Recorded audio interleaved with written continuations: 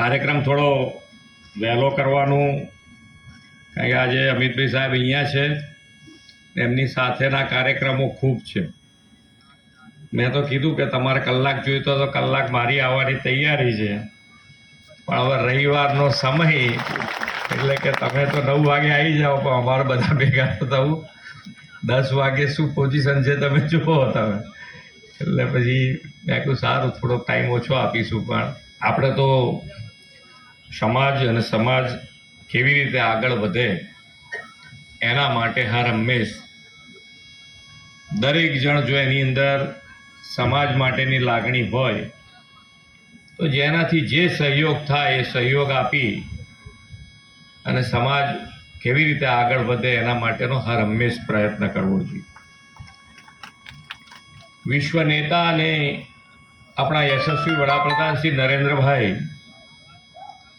હંમેશા એમનું એક કાર્ય મંત્ર રહ્યો છે, સૌનો સાથ, સૌનો વિકાસ, સૌનો વિશ્વાસ અને સૌના પ્રયાસ.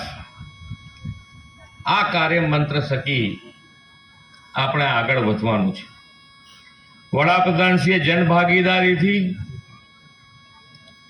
સમાજના દરેક વર્ગ, દરેક સમાજને વિકાસની મુખ્ય ધારામાં લાવવા શિક્ષણ, આરોગ્ય, રોજગાર સર્જનની અનેક યોજનાઓનો સફળ અમલ કરાયો છે.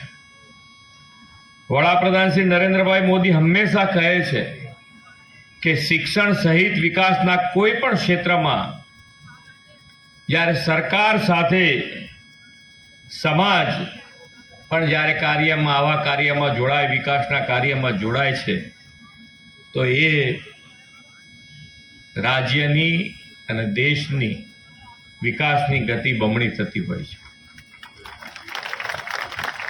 પ્રજાપતિ સમાજે શેરથામાં સામાજિક અને શૈક્ષણિક ઉત્કર્ષના સંકુલ નિર્માણનો સંકલ્પ કરીને માનનીય વડાપ્રધાનશ્રીની આ વાત સાકાર કરી છે. સમાજ તો માટીને ઘાટ આપીને મૂલ્યવર્ધન કરતો સમાજ છે. જો માટીને ઘાટ આપીને જો એની કિંમત વધારી શકતો જો સમાજ હોય તો એ આપણા સમાજના જવાનોને જો ઘાટ આપશે તો એ સમાજ કેટલો ઉદ્ધાર કરશે. તાકાત રહેલી છે સમાજમાં, નવસર્જનની તાકાત રહેલી છે. ફક્ત આપણે બધા સાથે મળીને જો કામ કરીશું તો સમાજની જે તમારી અપેક્ષા છે એ અપેક્ષા માટે સરકાર હર હંમેશ તમારી સાથે છે. આ સમાજની આવનારી યુવા પેઢીના સમય અનુસાર ઘડતર માટે સામાજિક શૈક્ષણિક સંકુલનો સંકલ્પ કર્યો તે સમગ્ર પ્રજાપતિ સમાજને વિકાસની નવી દિશા આપશે એવો મને ચોક્કસ વિશ્વાસ છે. અને આજે તો આટલો સુંદર કાર્યક્રમ છે સમાજ માટે. સમાજ એકદમ ગૌરવવંતો થાય એવો આજનો આ કાર્યક્રમ છે.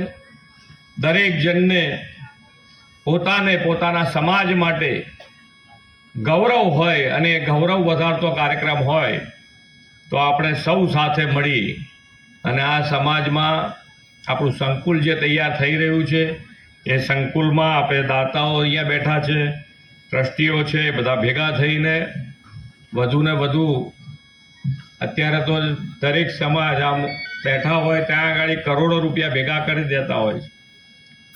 પ્રજાપતિ સમાજે કમાયો છે.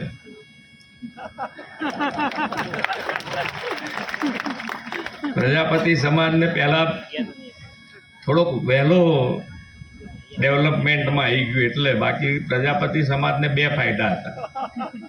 પહેલા જગ્યા લેતા પેલા માટી માટે, ઈંટો પાડવા માટે, અને ખાડા બી કિંમત એટલી બધી વધી ગઈ કે ખાડાની કિંમત હોય. એટલે